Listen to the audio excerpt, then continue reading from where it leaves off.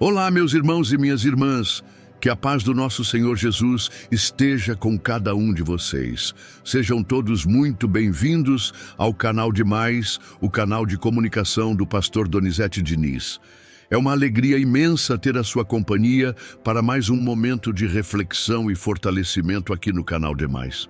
Muita atenção agora. Quero pedir para que você pare por um segundo tudo o que está fazendo.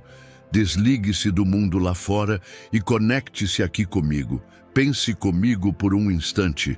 Você já teve um sonho que parecia ser a coisa mais importante da sua vida? Um projeto, um chamado, um desejo tão forte que queimava no seu peito, um propósito que você sentia que vinha diretamente do céu? Imagine a cena. Você está no auge da sua vida. Conquistou seus objetivos, tem paz, segurança, uma casa confortável. Você olha ao redor e vê todas as bênçãos de Deus, mas, de repente, um incômodo santo surge no seu coração. Uma pergunta que não quer calar. Foi exatamente isso que aconteceu com um dos maiores reis que a história já conheceu. Hoje, nós vamos mergulhar na jornada de um sonho, um não divino, o famoso e temido não de Deus. Vamos falar de um legado eterno, através da história do rei Davi e seu desejo ardente de construir um templo para Deus. Prepare o seu coração, pois a mensagem de hoje pode ressignificar a forma como você enxerga os seus próprios sonhos e os planos de Deus para você. Vamos ao primeiro ponto: o despertar de um sonho santo. Davi estava no topo do mundo. Depois de anos de guerra, perseguição e batalhas, ele finalmente tinha paz. Morava em um suntuoso palácio, todo revestido da mais fina madeira de cedro. Era o símbolo do seu sucesso, da promessa de Deus cumprida em sua vida. Mas Davi era um homem segundo o coração de Deus. E um coração assim nunca se acomoda por completo. Um dia, ele olha para o seu luxo, para o seu conforto, e seu olhar se volta para a Arca da Aliança, o símbolo da presença de Deus entre o povo. E onde ela estava? Dentro de uma simples tenda, uma cortina. Naquele momento, uma santa insatisfação invadiu a alma de Davi. Ele disse ao profeta Natã: "Olha, eu moro num palácio de cedro, enquanto a arca de Deus permanece numa simples tenda. Pense nisso." O sonho de Davi não nasceu da ambição pessoal, não era para ter o maior prédio do reino. Nasceu da gratidão, da honra, de um profundo constrangimento. Como eu posso ter tanto e oferecer tão pouco para o Deus que me deu tudo? Esse é o tipo de sonho que move o coração do Pai. É o despertar para um propósito que é maior do que nós mesmos. Quantas vezes nos acomodamos em nossas casas de cedro, nosso conforto, nossa rotina, nossas conquistas e deixamos a presença de Deus em uma tenda em nossas vidas? O primeiro passo para um grande projeto divino é sentir esse incômodo, essa vontade de honrar a Deus acima do nosso próprio bem-estar. Isso nos leva ao nosso segundo tópico: o coração que Deus vê.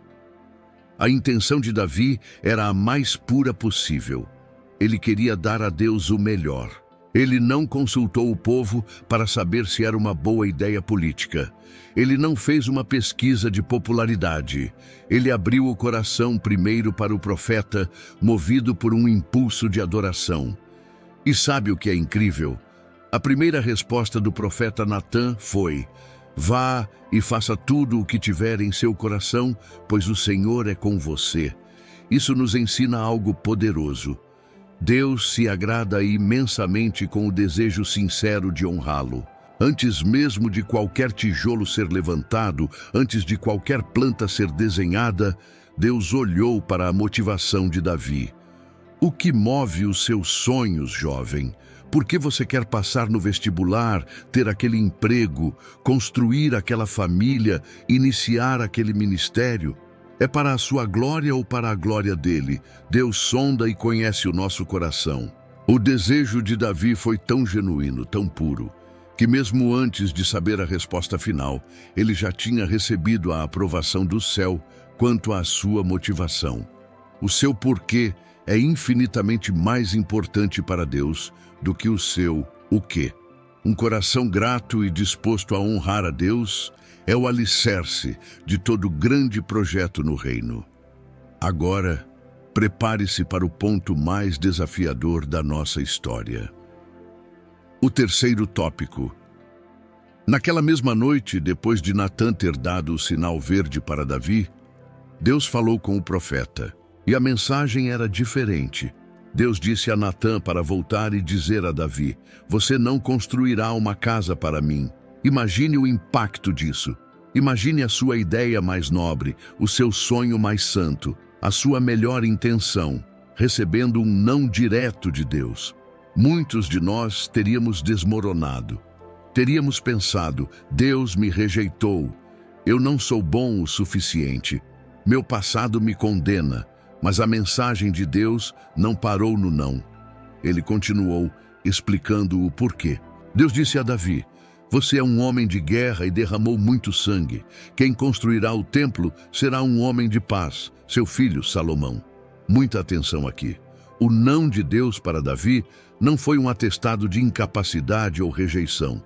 Foi um ato de soberania, propósito e sabedoria.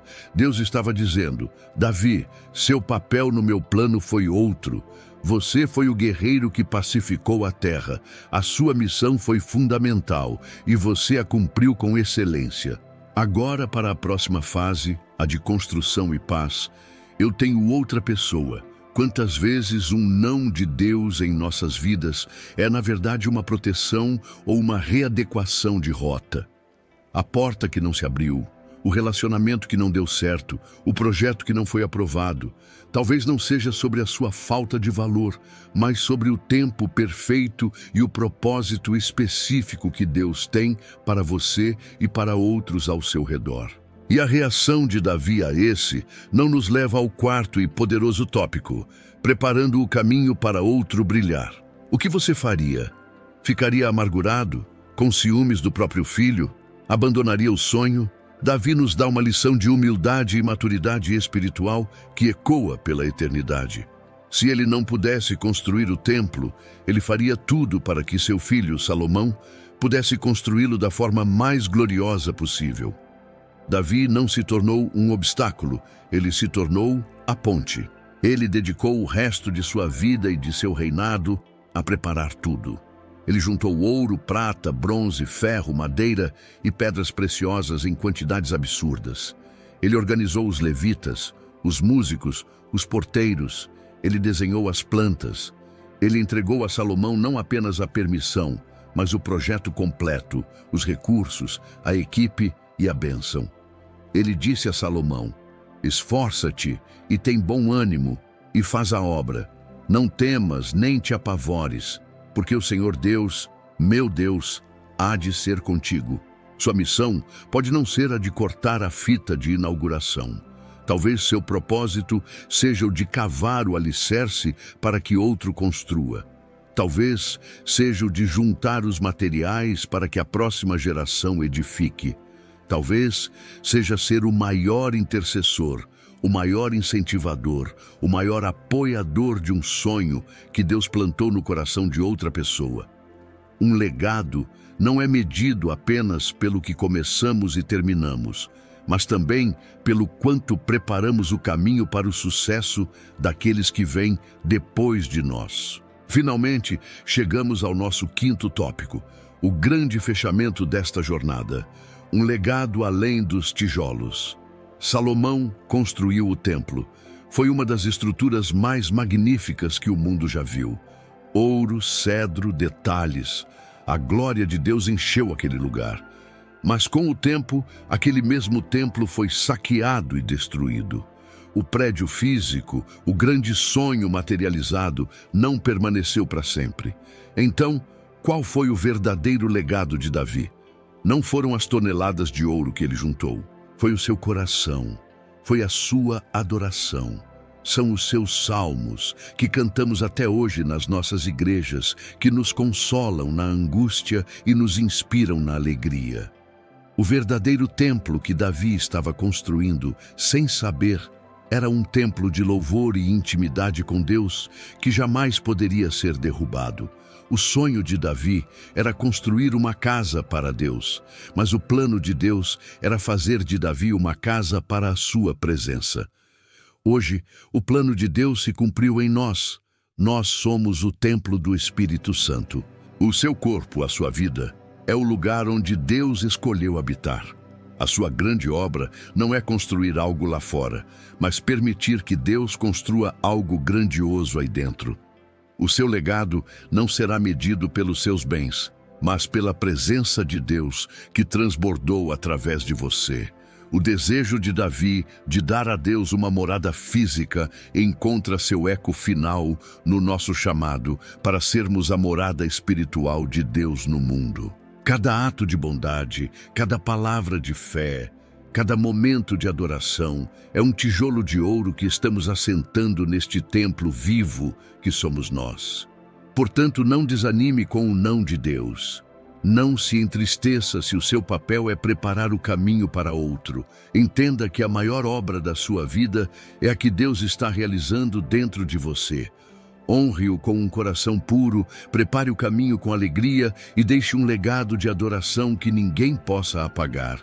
Porque o projeto mais importante de Deus sempre será você. Quero finalizar com um versículo que resume toda essa verdade, que estava no coração de Davi e deve estar no nosso. Encontra-se no Salmo 127, verso 1, que diz: Se o Senhor não edificar a casa, em vão trabalham os que a edificam. Que Deus abençoe poderosamente a sua vida. E se esse vídeo te impactou, compartilhe com alguém que precisa ouvir isso hoje. Não esqueça de curtir e se inscrever no canal Demais para receber todas as novidades e novos vídeos. Até a próxima mensagem, querendo Deus. Se Deus falou contigo e você gostou desta mensagem, deixe o seu like, inscreva-se no canal e ative o sininho para receber novas mensagens. Que Deus te abençoe.